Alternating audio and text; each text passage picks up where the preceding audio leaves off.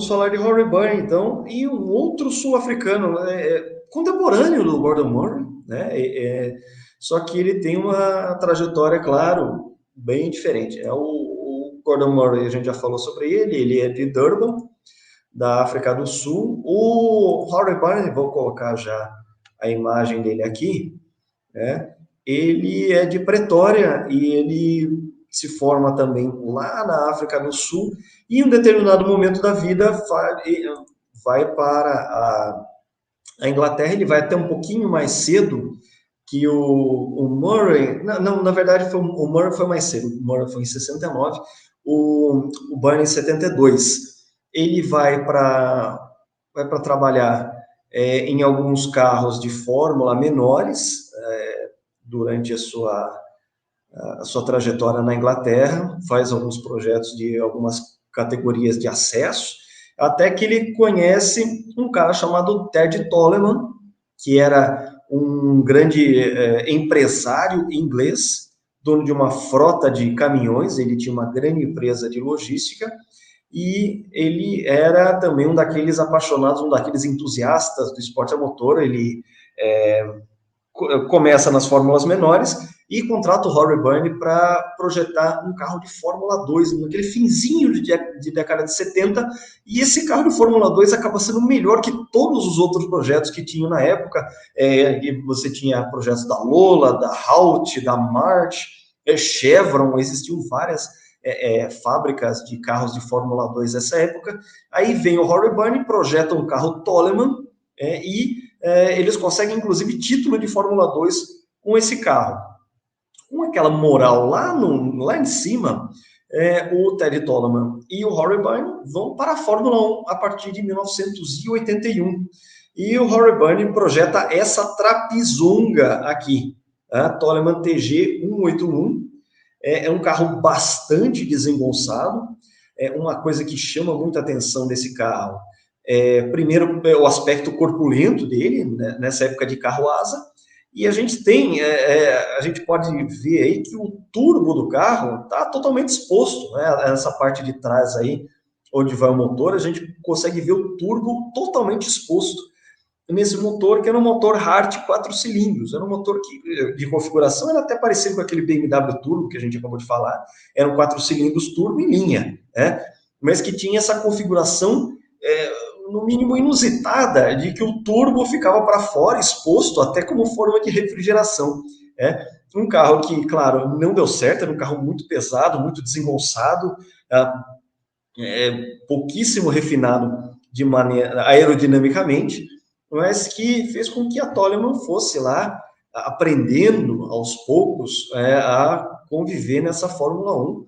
Eles foram nessa curva de aprendizado. O Rory Byrne foi desenhando carros diferentes e que foram ganhando algum desempenho, né? Eles passam esse ano de 81 sem ganhar nada, algumas vezes nem se qualificavam para o grid, numa época em que a Fórmula 1 tinha mais inscritos do que vagas para o grid, que a época era de 26 vagas, de 24 a 26 vagas, dependendo do período que a gente está falando, e muitas vezes esse carro nem qualificava. Então era uma coisa bem complicada. Em 82 eles começaram a melhorar esse desenho, e aí em 1983 o Rory Byrne, dentro daquele período em que se aboliu o carro asa, projetou essa nova trapizunga, também um carro muito estranho, muito diferente, e que foi o carro de estreia do Senna em 1984. Né? Para quem puder até ver o nosso canal lá, o GP Total, o nosso vídeo mais recente é justamente da estreia do Senna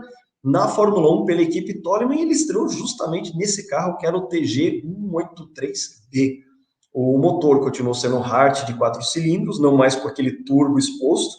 Ele já tinha colocado o turbo ali de ladinho, né? Você coloca os sistemas de admissão de um lado, o turbo e o escape do outro, faz ali os radiadores, os intercoolers, e a gente pode reparar que um carro que, primeiro, tem essa asa traseira aí, tem duas asas traseiras, uma fixada na lateral e outra na traseira, onde a gente está acostumado a ver, né?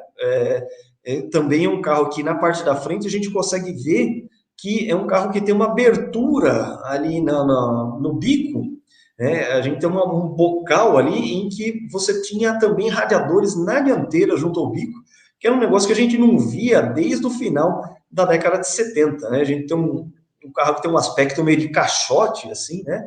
Mas que foi responsável pelas primeiras corridas do Ayrton naquela temporada de 1984. Para quem puder ver em detalhes, a gente fala muito dessa temporada e do processo evolutivo dessa Toleman. Né? O Horace Byrne pega a mão e desenha um carro, que é o TG184, que é muito mais refinado. Esse é o carro de começo de temporada e esse é o carro do final da temporada, TG184. Naquela começo de temporada, o Senna brigava para ficar ali, não ficar nas últimas vagas do grid, ele ficava lá por 16º, 17º. Com esse carro, né, essa versão é da última corrida da temporada, que foi o Grande Prêmio de Portugal. O Senna larga em terceiro e chega em terceiro. Ele fica apenas 2 décimos do tempo da pole, sendo que lá no comecinho do ano, em Jacarepaguá, com esse carro, ele ficou a 5 segundos da pole. Então você teve uma evolução notável da Toleman, desenhada pelo Horace Byrne, nessa primeira temporada do Senna, que acabou sendo uma grande felicidade do Senna de ter pego uma equipe que era uma equipe pequena ali, mas que evoluiu tanto durante aquela temporada de 1984, a ponto do Senna quase vencer o Grande Prêmio de Mônaco. Tem toda aquela história, para quem conhece a carreira do Ayrton, que ele estava perseguindo o Prost na chuva em Mônaco e interromperam a corrida antes do Senna chegar no Prost. Tem toda aquela polêmica até hoje, né, passados 40 anos dessa corrida, vai fazer 40 anos, né, no mês de maio, você ainda tem essa polêmica, né? Mas que um Horace Byrne que realmente pega a mão, faz carros bastante competitivos.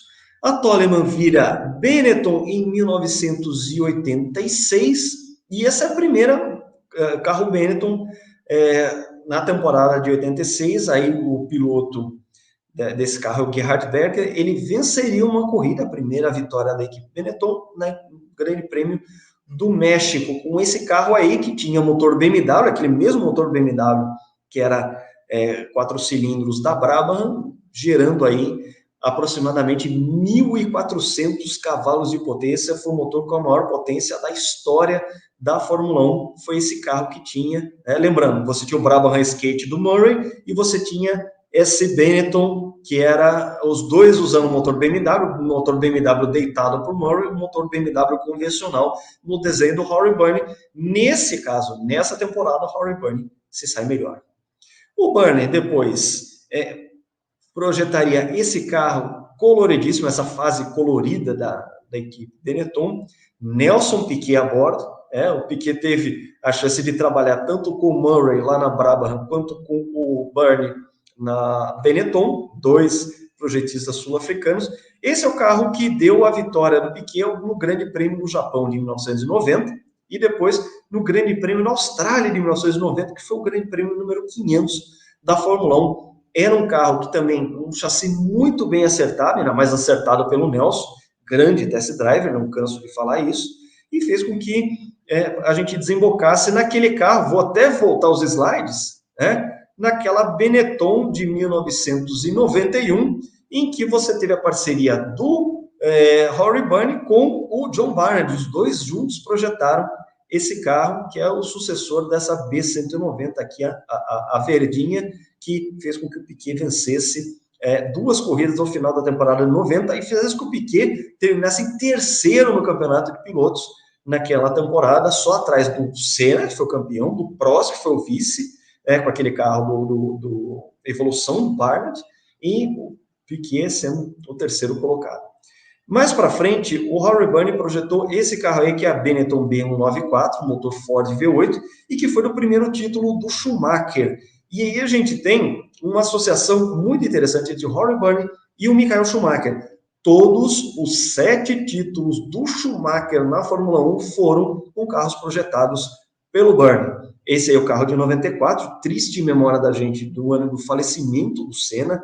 A gente está aí às voltas dos 30 anos de falecimento do Ayrton. Ao final daquela temporada, o Byrne sagra-se campeão junto com esse carro e o Schumacher. O Schumacher acabou sendo o melhor piloto dessa temporada. E você tem a transferência tanto do Schumacher quanto do Rory Byrne para a Ferrari. Eles não conseguem título num primeiro momento, mas eles vão evoluindo até chegar nesse carro aí que é o F1 2000, que é aquele carro que fez com que a Ferrari saísse da fila, né? A Ferrari vinha de um grande jejum de títulos.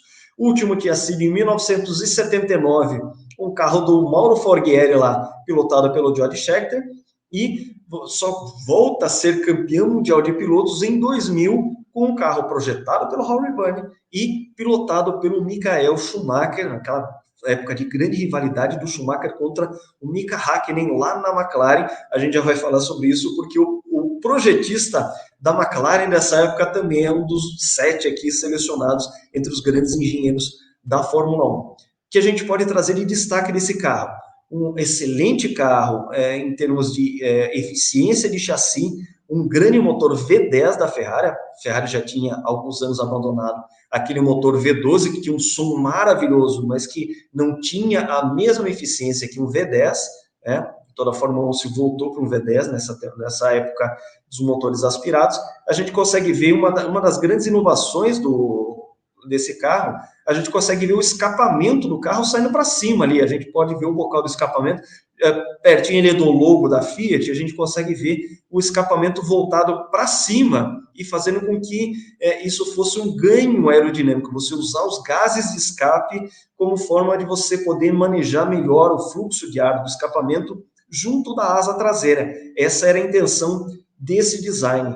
E depois esse design foi evoluído dos carros de todos os títulos do Schumacher, né? Você tem o título de 2000 a 2004, né? Foram 5 temporadas seguidas de campeonatos do Schumacher com carros projetados pelo Byrne. A gente tem aí na foto o F2004, que é o do 7º e último título do Schumacher. A gente vê a evolução do escapamento ali usado como um artifício para melhorar o fluxo de ar da asa traseira. A gente já tem uma complexidade muito maior da aerodinâmica desse carro, e um carro que foi muito eficiente. O Schumacher conquistou com grande antecedência esse título de 2004, assim como tinha sido de 2002 também, não trouxe F2002 neste caso aqui, mas que eram desenhos realmente muito eficientes. Era a Ferrari dominante dessa época, com o Rory Byrne, que projetava aquelas trapezongas lá para Toleman, aprendendo a fazer carros muito eficientes e muito vencedores a essa época de grandes títulos do Schumacher. Estou trazendo aqui como raio-x o carro de 2003, que foi do 6º título do Schumacher. A gente pode ver um conjunto muito, muito compacto e de uma grande elegância também em termos de aerodinâmica. É um carro que foi muito eficiente também. F2003 GA foi do título 2003 do Michael Schumacher. Era uma época de Fórmula 1, né, comparada a hoje, eram Fórmula 1 muito mais compactos, né? Hoje a gente tem o motor elétrico, as baterias, todo aquele sistema, né, de recuperação de energia que faz com que os carros sejam muito grandes, E em 2003 a gente tinha esses carros muito compactos, mas com esses grandes motores V10 que produziam um som que todo mundo gostava, todo mundo respeitava, um som agudo muito, muito forte, muito intenso. A Fórmula 1 que era muito mais barulhenta nessa época.